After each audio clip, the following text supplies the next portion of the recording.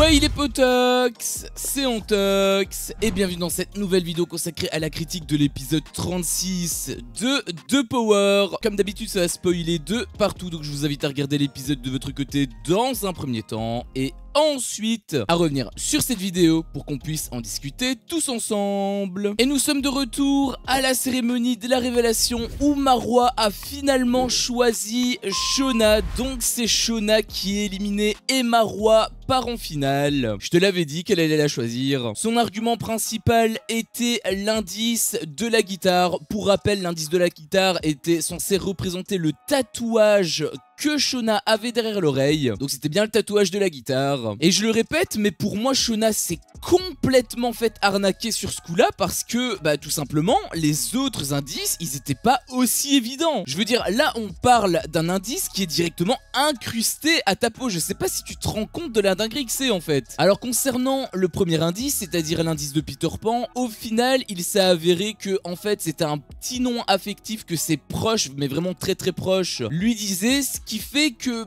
cet indice par exemple est nettement plus compliqué en fait à trouver, pour ne pas dire impossible. Donc entre les indices qui sont quasiment impossibles à trouver et les indices qui sont directement incrustés à ta peau, je pense que ce serait pas mal dans la saison 2 qu'on puisse rééquilibrer un petit peu les balances quoi. Puis directement après, il y a un passage qui m'a énormément énervé puisque au moment où l'écran a affiché le prénom de Shona, ils t'ont instauré une espèce de tension artificielle où en plus ils ont étiré l'épisode en longueur puisque le montage te vendait sous forme de suspense la révélation entre guillemets de Shona. Donc comme quoi que c'était bel et bien elle le power player bleu. Et ce passage m'a énervé parce que en fait ça fonctionne pour les candidats parce que eux ils étaient pas au courant, mais nous en fait on le savait depuis longtemps en réalité. Alors ils l'avaient déjà fait avec les précédents power players, sauf qu'ils ne t'instauraient pas de tension. Genre le soufflet était retombé, alors que là avec la musique et tout, j'ai trouvé que c'était complètement stupide de la part du monteur. Parce que nous, en tout cas moi, je sais pas vous, mais moi j'attendais juste la fin en fait. Bon après il y a eu deux choses qui étaient assez intéressantes, j'avais trouvé, puisque c'était deux choses que Shona avait dit. Elle avait dit dans un premier temps que Marwa méritait de gagner le jeu parce que c'était la meilleure enquêtrice de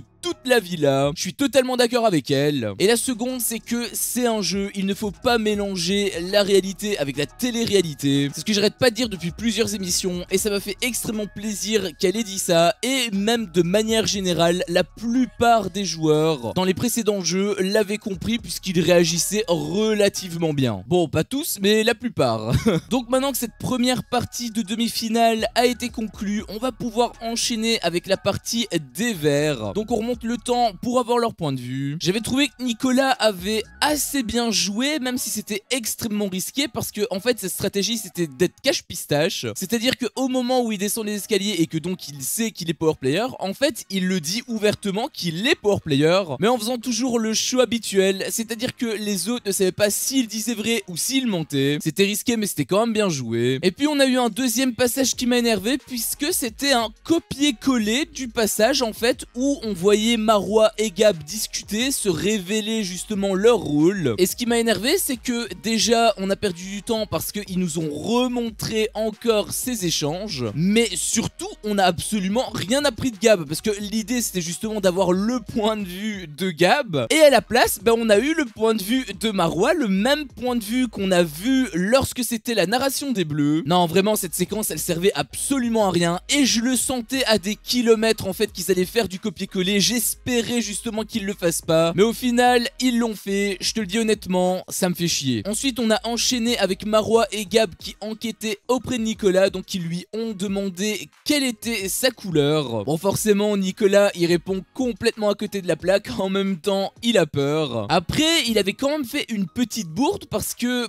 la question en fait c'était est-ce que ta couleur est constituée de plus de 4 lettres, puisque vert et bleu c'est 4 lettres et rouge c'est 5 lettres. Et Nicolas avait avoué que en fait il était pas rouge, donc il était soit de vert soit de bleu, ce qui fait que forcément ça a mené une énorme piste pour Gab. Là par contre c'était vraiment pas bien joué de sa part. Après un petit peu plus tard Nicolas avait essayé de noyer le poisson et il avait dit qu'en fait sa couleur ne dépassait pas les 5 lettres. Bah c'est normal puisqu'il n'y en a aucune qui dépasse les 5 lettres. On avait aussi vu l'indice que Nicolas a récupéré lorsqu'il a gagné le jeu avec Marois, le délire de la canne à pêche là. Alors ça par contre ça m'a fait plaisir parce qu'ils ont justement passé le jeu, heureusement j'ai quand même envie de te dire, ça m'aurait vraiment énervé sinon. Et donc l'indice est un mot, c'est guapo, donc qui veut dire joli en espagnol. L'indice qui est en rapport avec Gab, c'est tout simplement le fait que Gab parle très bien espagnol. Apparemment il est parfait bilingue. Nico avait même capté direct parce qu'il avait dit c'est l'autre. Même la texture faisait penser à Gab parce que c'était ultra coloré, un petit peu justement comme son style vestimentaire. Alors un petit peu comme avec Shona, je trouvais aussi que Gab s'est un petit peu fait niquer parce que l'indice était quand même vachement reconnaissable. Je veux dire, au-delà du mot, rien que la texture était quand même un sacré indicateur. Mais contrairement à Shona, Gab est justement en position de force. En fait, que Nico découvre son identité ou pas, en soi, ça n'a pas vraiment d'impact. Parce que Gab a son destin en main. Si c'est lui qui découvre l'identité de Nicolas, même si Nicolas découvre son identité en premier, on s'en fout, c'est Gab qui est sauvé. Alors que avec Shona, bah c'est elle le power player quoi. Nico était assez stressé. Après, il avait dit en interview que Gab c'est pas une cible facile parce qu'il avait été quand même 2 fois cible et 2 fois il est revenu. Merci le trio. Et donc, il réfléchit à un plan. Il me faisait d'ailleurs un petit peu rire avec son échiquier.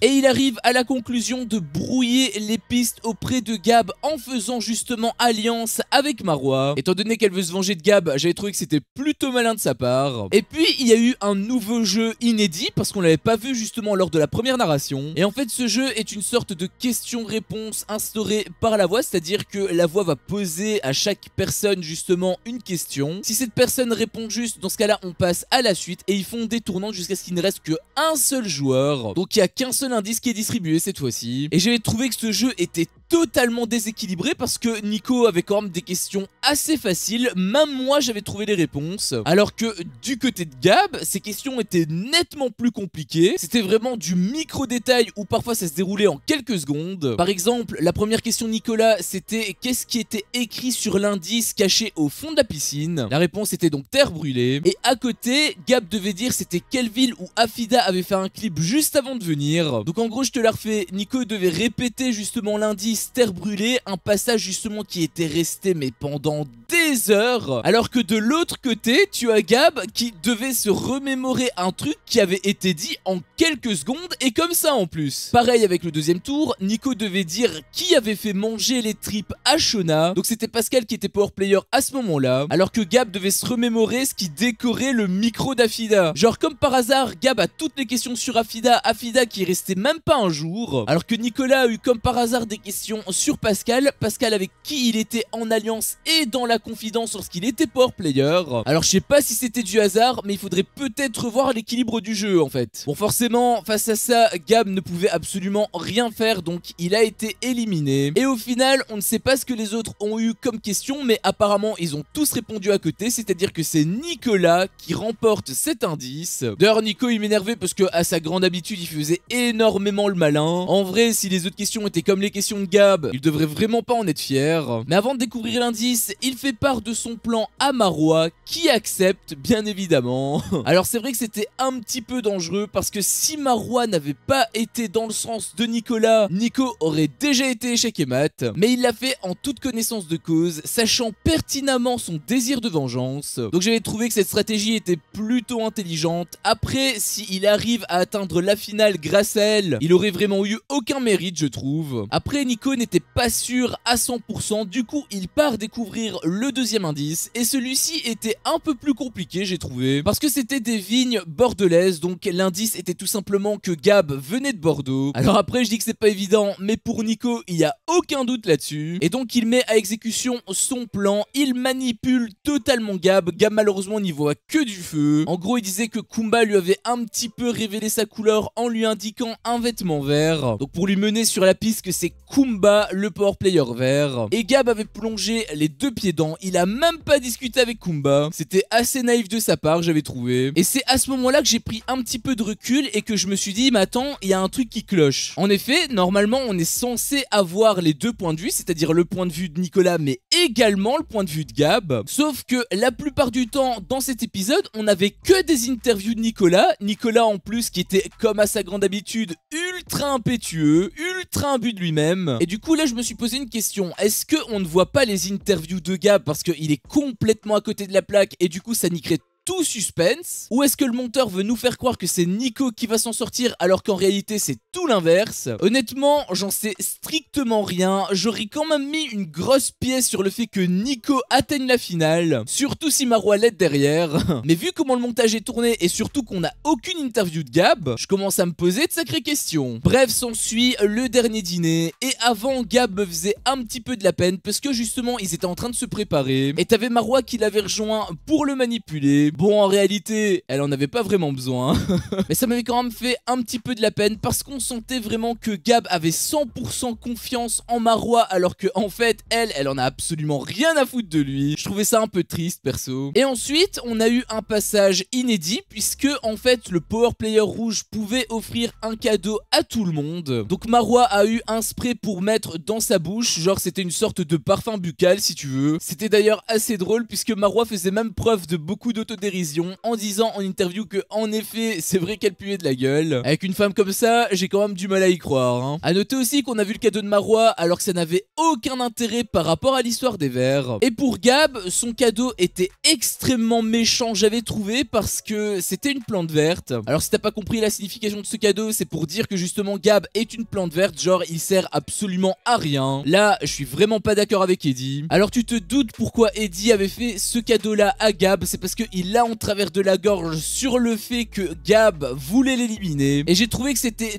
d'autant plus mesquin de sa part parce que Gab, s'il a voulu l'éliminer, c'était pas contre lui, mais c'était pour sauver Maïsan. Je veux dire, entre Maïsan et Eddie, pour Gab, il y avait pas photo. Et là, Eddie a montré un très mauvais visage, j'avais trouvé. J'aime beaucoup Eddie de base, mais j'avoue que depuis quelques épisodes, on sent vraiment qu'il a de la rancœur envers Gab, alors que pour moi, c'est totalement illégitime. Donc moi, ça me fait chier parce que de base, je l'aime bien, mais je dois reconnaître qu'avec son comportement ces derniers épisodes, il baisse un petit peu dans mon estime. D'autant plus que je suis pas du tout d'accord avec lui. Et l'épisode se termine sur ça. Gab a très mal pris son cadeau. En même temps, comment tu veux le prendre autrement?